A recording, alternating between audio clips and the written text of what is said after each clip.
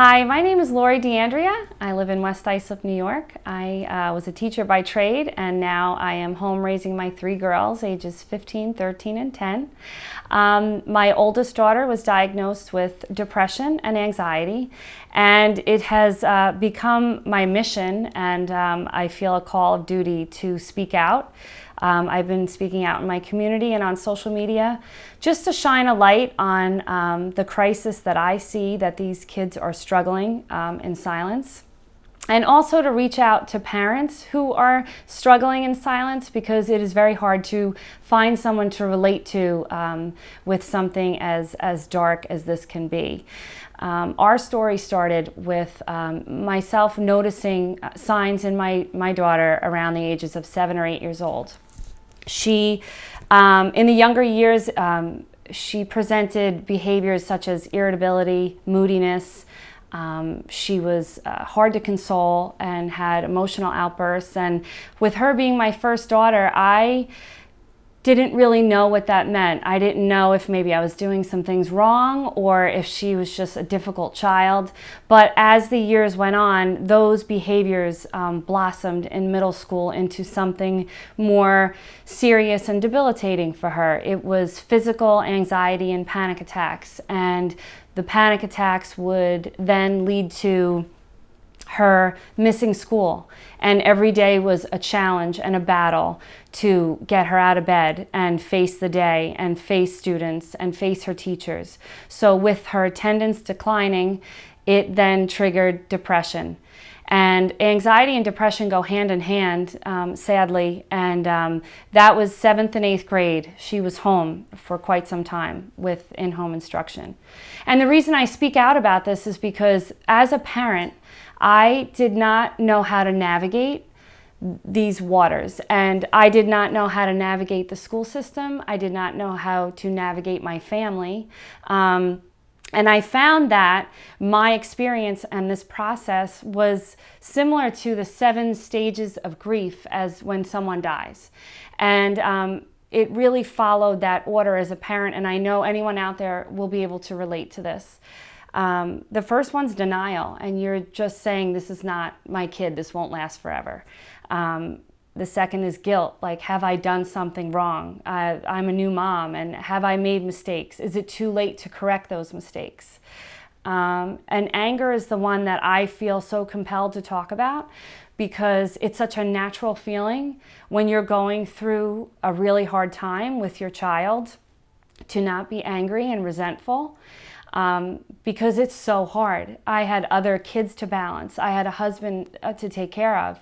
And the anger was so strong that even as a good mom that I know I am, I would say things to my daughter that I wish I could take back, because I didn't see it. I didn't see the big picture of depression. I didn't really understand what that meant. And I said things to her like, you're ruining this family.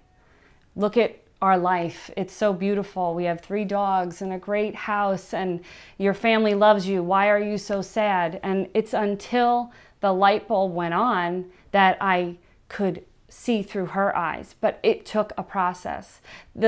Another stage I could say is depression for myself. I cried, I laid in bed many days, and I felt hopeless myself.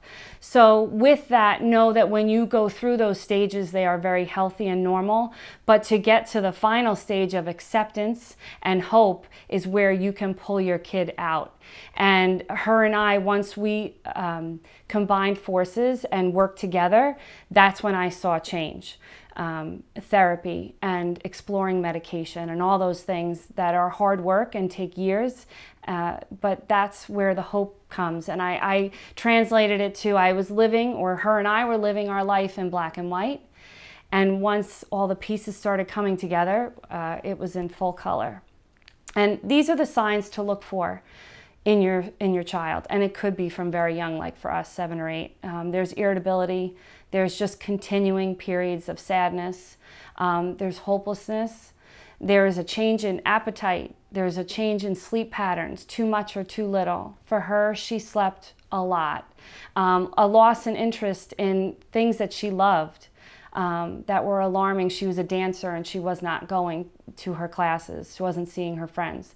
A lot of crying, a lot of physical symptoms such as headaches and stomach aches, and all these things. As parents, kids go through all these things, and you need to listen to your child because it could be something so much bigger.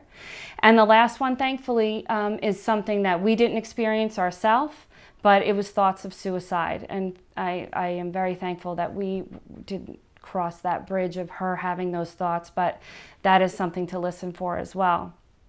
What I wish, and why I'm speaking out so much, I wish I had somebody to help me through that process, and that's why I feel compelled to help others. And these are the tips that I would tell a friend, and I just want to put a face to it as a parent, and that's me saying it will get better. With darkness, there is light. And the things that I find can help someone in the future is listen to your gut as a mom. As a parent, you know your child better than anyone else. Be open and learn as much as you can about medication and therapy. Take care of your spouse. Take care of your other children who may be suffering in silence, because it gets very hostile and there's a lot of fighting. And take care of your own mental health, because you are the rock of the family, and if you fall apart, everything else falls apart. And I started a support group on Facebook because I woke up one morning and I said, what would I need as a mom? I created this group to bring people together to say, you're not alone. There is hope. And in this group, we encourage each other. We talk about things that have helped us that may help someone else. We recommend doctors. We recommend therapy that worked. Or we just post encouraging images, because sometimes just something visual and you look at it in the morning, it changes your whole mindset and your day. And I just want everyone out there to know you're not alone. And the journey is tough, but it's beautiful in the end.